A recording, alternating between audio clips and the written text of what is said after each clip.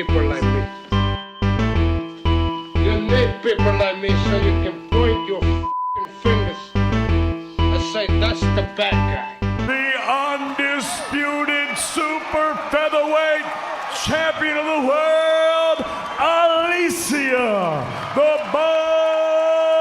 Bumgarner. That's the bad guy. That's the bad guy. That's the bad guy.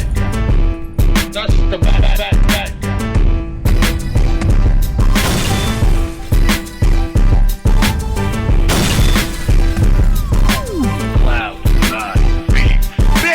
Welcome to the motherfucking relay. We're covering today's top boxing news. Okay, we'll start with this. Word around the campfire via Newnan Boy Promotions, an Australian-based promotional outfit, that George Kambosos versus Vasyl Lomachenko is next in Australia, says George's co-promoter, Lou DiBellia. You have to remember that George is in bed with both Top Rank and Lou DiBellia. And you get confirmation from George himself if you look below. If you look below the caption in the comments, you'll see the name of George Kambosos right there, almost confirming that that's the case. He will fight Vasyl Lomachenko at some point next year. This is not the first that we've heard of this. That Vasyl Lomachenko's comeback fight, what would serve as a rebound fight for him, will be the George Kambosos fight in the land down under in Australia, presumably for the IBF title. Devin Haney. He's still got the title. He's still IBF champion, but that could change in the coming weeks and months in the build-up of this fight. Remember that his very next fight is at 140 pounds with WBC champion Regis Prograis. Remember that win or lose, it's not likely that he goes back down to 135. He's a young guy, 25 years old, and his body is still growing. Making the lightweight limit is too physically taxing for Devin Haney. Even if he leaves the door open for a return to that division, I don't see it happening. I don't think it does, and I think whatever belts he still holds there will become vacant very soon. And should the IBF title be one among them, it just so happens that George Kambosos is ranked at number 1 and Vasyl Lomachenko is ranked at number 2 by way of the IBF. So if the title were to become vacant, they would be the two guys that fight for it. The stars are aligning. It seems that Stevenson has caught wind of this news, and he's not happy. He's supposed to be fighting Edwin De Los Santos in his very next fight, what is a good fight. But before it became about Edwin, and before it became about Frank, who ended up dropping out, it was about Vasyl Lomachenko. He expressed an interest in sharing the ring with him, and that didn't materialize, that didn't happen, but this is going to. So if you're Shakur Stevenson, what are you supposed to say? You're okay to fight George Kambosos in Australia, but you weren't okay to fight me? The explanation, according to Bob, is that Vasyl Lomachenko wanted to take some time off. Which he is, following his controversial defeat to Devin Haney, a fight that I think Vasyl Lomachenko deserved to win. He took the rest of the year off. He hasn't fought since then. He's not set to return until sometime next year. So he did take time off, but to Shakur Stevenson, it looks to him like Vasyl Lomachenko is avoiding him. Some of you out there may be more sympathetic towards the plight of Vasyl Lomachenko than some others than Shakur Stevenson, but I do understand where he's coming from. To him, how's it gonna look? So Lomachenko's coming off a quote-unquote loss to Devin Haney, and George Kambosos is coming off a quote-unquote win over Maxie Hughes. Boxing is a funny old game because George should have lost his last fight, and Vasyl Lomachenko, he should have won his. I think Vasyl Lomachenko can win this fight with George Kambosos. I know he's not everything that he was at featherweight and super featherweight, and perhaps he is starting to get long in the tooth. Father Time's starting to catch up to him. I still think he can beat George and become a 3-time lightweight champion. That's what I think. I only question, what's the end game? What is all of this build-up towards? You know, Shakur Stevenson's going to be fighting Edwin De Los Santos very soon for the newly vacated WBC title. Is that to say that if Shakur wins his next fight and Vasyl Lomachenko wins his next fight, that the pair won't meet up at some point next year in a unification match? Is that possible? Could that happen? If it does, I think Shakur beats him, and it wouldn't be controversial like the Devin Haney fight was. Shakur would beat him decisively, but we'll see. if that happens. Just in keeping with the theme of all things Australia, Tim Tszyu may headline a big Australian card on March date in Las Vegas. You heard that right. What's supposed to be a fight geared towards an Australian audience may be happening here in America. Australian promoter No Limit is working on a large event that would potentially fall on a date in March in Las Vegas, according to Fox Sports in Australia. The event would be timed to coincide with the NRL season launch. In the headline bout, Australian superstar Tim Tszyu would make his second world title defense of his WBO junior middleweight title. His first was against Brian Mendoza, who he thoroughly dominated. Mendoza showed a lot of durability and heart, but, he lost that fucking fight. He got his ass kicked. A brief recap. Remember, Jermell Charlo was on the hook to satisfy Tim as his WBO mandatory challenger. He elected not to do that. He elected to fight Canelo instead. As a result of Jermell's decision, the WBO elected to strip him of the WBO title the moment the fight with Canelo started, thereby elevating Tim to full WBO junior middleweight champion, at which point he went on to defend his title for the first time against Brian Mendoza. As far as this upcoming card in March of next year, the card would feature other top Australian boxers like Sam Goodman, Liam Wilson, and Nikita Tszyu, Tim Tszyu's brother. Fox Sports indicates that NRL boss Peter V'landys has embraced the idea of Tszyu defending on that Friday night before the NRL doubleheader takes place on Saturday, March 2nd at Allegiant Stadium in Vegas. The organizers expect around 15,000 Australians to be in Vegas for the footy launch event that includes 4 teams: South Sydney, Brisbane, Manly, and the Roosters. Yet another example of how the Australian boxing scene is bigger now than it's ever been in previous eras, because here you have a card that's geared towards an Australian audience happening in America, potentially happening in America, based on tourism here at the time. And per Fox Sports, No Limit is speaking with several promoters in the United States, and they are also speaking with American broadcasters. Tszyu's last few fights have been broadcasted by Showtime, but the network will cease to air boxing next month. The opponent of choice is unknown. No Limit CEO George Rose recently detailed the Tszyu hit list, which includes Jermell Charlo, not likely, Terrence Crawford, he's all tied up with Errol Spence, he's all tied up with Terrence Crawford, Erickson Lubin, Danny Garcia, and Erislandy Lara. Danny Garcia and Lara are supposed to be fighting each other. Leaving only Erickson Lubin, you will notice that the majority of the aforementioned fighters have some association with the PBC, who Tim Tszyu has been in bed with, though I'm not sure he's still in bed with moving forward. It being that the nature of their relationship revolved around Showtime airing his fights, but Showtime is now out of boxing, rendering his relationship with the PBC all but obsolete. What the hell do you need them for if they don't even have a broadcaster to broadcast your fights? Rumor has it that they might jump into bed with Amazon Prime on a distribution deal that would allow Amazon to distribute their pay-per-views, but where does that leave Tim Tszyu's fights? Tim Tszyu is a very big name in Australia, but here in America, you can't hope to bill his fights as pay-per-views. Who's gonna buy them? He's not gonna get any exposure here if you put his fights behind a paywall. Remember, this is a card that would feature mostly Australian fighters. It's geared towards an Australian audience. I think Top Rank should pick up the card.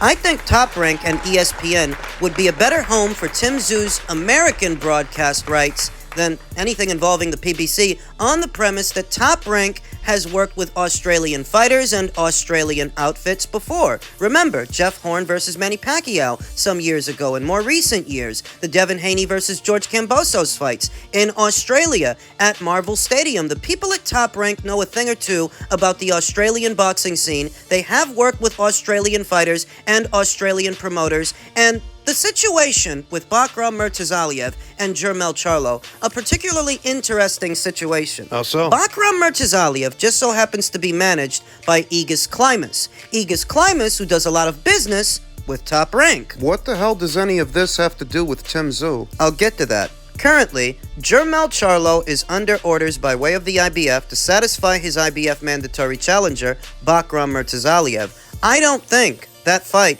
is going to happen. And I think the next title that Jermell is going to vacate is the IBF title, at which point Bakram may be elevated to full IBF champion. The people at the PBC being between broadcasters right now, the people at the PBC not having very much for Bakram Murtazaliev to do, not that he is one of their fighters, he isn't. Who says that Aegis Klimas, being his manager, Aegis Klimas, who does a lot of business with Top Rank, who says he doesn't funnel Bakram Murtazaliev over there to Top Rank, where they can perhaps do a fight between Bakram Murtazaliev and Tszyu in March for both the IBF and WBO titles? In March. They have time. Almost all the people that George Rose named on his hit list, the PBC guys, that are busy. Terrence is busy with Errol, and Errol is busy with Terrence. Danny Garcia's busy with Lara, and Lara's busy with Danny Garcia. Jermell, he's still got 2 or 3 alphabet titles. I think he's about to lose one. Better still, I don't think he's coming back anytime soon. He just made a fuck ton of money with Canelo Alvarez. I don't think he's in a hurry to get back in the ring, and I don't think he's in a hurry to make 154. I don't think he's coming back to that weight. I don't think he's ever going to fight there again. Essentially what I'm getting at is the PBC's relationship with Tim, it's obsolete at this point. What the hell can they do for him? Forming a new alliance with a new American-based promoter and a new American-based broadcast partner seems to be the way to go, at least from where I'm sitting, for Tim Tszyu. PBC, they ain't got nothing for him. What are you wasting time with those guys for? The names that you want, the ones that are over there, you're not gonna get because they're busy. So the best thing to do is to move on. And that's what's worked for Tim Tszyu. Yeah, he lost a little bit of time on Jermell Charlo last year, but what worked for him this year is he hit the ground running and kept it moving. That's what he needs to keep doing. Move on from the PBC over to Top Rank and ESPN, which I think would be a better fit. The question is Top Rank and ESPN interested? We'll see. And finally, in men's heavyweight news, Francis Ngannou lashes out at dirty boxing industry, saying there's nothing noble here. Francis Ngannou obviously feels that he should have won the Tyson Fury circus fight, and there are many people out there who share in that sentiment. Yes, I had the same feelings as fans, definitely. I was robbed, Ngannou said on I Am Athlete, but also, I have an understanding that you can't just walk in and disrupt a system like that. I think it was a very bad look for boxing, for everything, and there was a lot of business involved. So some judges just sacrificed themselves and took the hit and saved face. But they know that was a dirty job. There wasn't even a judging. There wasn't even judging those fights. There was just like, okay, we're not gonna lose. And Ngannou also took issue with an elbow that Fury landed across his face in the 6th round. I saw that elbow, captured a still image of it. Dirty boxing tactics from Tyson Fury, who got more than he bargained for from a novice, a mixed martial artist crossing over into boxing, making his pro debut, and putting up a much better fight than anyone thought he would. I even think if there was a knockout, they would have found a way to make me lose that fight, Ngannou said, because I should have won that fight. The guy gave me an elbow, and the referee didn't even say anything, because if that elbow had hurt me, I'm sure they would have counted that as a punch and gave him the decision, right? But I was prepared. I knew what I was stepping into. I wasn't going to let them get in my mind or get me frustrated. I was just going to go in there and fight. It seems like at the end, even they were getting frustrated because even that elbow was out of frustration. I don't care. I was just about getting the big fight the big guy, and go in there and prove people wrong, which in the eyes of many, he did. Most people counted Francis Ngannou out in a fight with Tyson Fury. They expected so much better from Tyson Fury, what's supposed to be the best heavyweight in boxing. I told you he wasn't. I told you he's not what you think he is. Francis Ngannou continued, I did. And I think I'm very happy with my performance and what I did. Yes, the result wasn't there, but for some guy that is out there building his record and working hard to get out there and have those kinds of outcomes, that might have a huge impact in his career. It's not fair at all. It doesn't represent boxing very well because boxing is known as a noble art, but it seems like people behind it are not noble at all. They have nothing noble. When I saw one of those calls, there's nothing noble there. This is just like a fucking robbery. You're not even ashamed of it. Somebody scored it 93-96, and I'm like, okay, what fight were they scoring? But I think we got to the point. We don't care. We don't have no scruples. The morning after the fight, when Tyson Fury conducted his very first post-fight interview. After canceling the post-fight press conference, you saw Tyson Fury sporting a black eye, but he wasn't the only one with a black eye, not that morning. The sport of boxing woke up with a black eye that morning, and it's all his fault. Francis stated, "When we saw one of those calls, there's nothing noble here. This is a fucking robbery. You're not even ashamed of it. Somebody scored it 93-96, and I'm like, okay, what fight are we scoring? Because I think we've got to the point where we don't care. We don't have no scruples. We will retain our interests no matter what. Those kinds of guys should be cut out of the sport. You should take them out of the sport, period." That's not even the first time that Tyson Fury was awarded a gift decision very early in his career. The John McDermott fight that they try to sweep under the rug. The fight that the Fury fans get very upset about whenever you mention it, but it happened. And at the time that it happened, it was called one of the biggest travesties on UK soil, one of the biggest robberies, a fight that Tyson Fury so clearly lost. History is repeating itself for Tyson Fury. He was a social pariah some years ago. He's a social pariah now. And some years ago, he was accused of being awarded a decision he did not deserve. And here it is again. Here it is happening again. The truth is that Tyson Fury was propped up by some in the boxing media, by some boxing fans, as being more than what he actually is. So when he goes out there against a novice and he looks less than spectacular, it's jarring. But just imagine if he actually had a loss on his record, the loss that should be there to John McDermott. And just imagine if people weren't calling him the best thing since sliced bread for beating Wilder of all people. Just imagine if so many people in boxing weren't slaves to the moment, crowning him the king of heavyweights for beating Wilder, who wasn't the king of heavyweights, who never unified a title, never held the Ring Magazine title, and was never a lineal champion. Just imagine if people had measured their approach when it came to Tyson Fury coming back and beating Wilder. Well, just imagine. And none of this means that Tyson Fury is a horrible boxer. He's a horrible fighter. No, he's not a horrible fighter, but he certainly isn't this era's greatest heavyweight. He hasn't proven that yet. And the presupposition that based on what he's done so far, he was the greatest heavyweight of all times, the greatest heavyweight the sport ever produced. Don't you guys now think you were getting ahead of yourselves? People in boxing, they have a habit of doing that. I view all of this as boxing's reckoning for at least a few individuals, Tyson Fury included, those who propped him up as this era's greatest heavyweight, which is neither proven nor earned. Whether you're talking about the embarrassing aesthetic of the match for him, being knocked down by a novice, or the piss-poor pay-per-view buys. He's a false idol if I've ever seen one. The chickens have come home to roost. Every yarn they spun about him is starting to unravel. Boxing is a noble art, but Tyson Fury is anything but noble.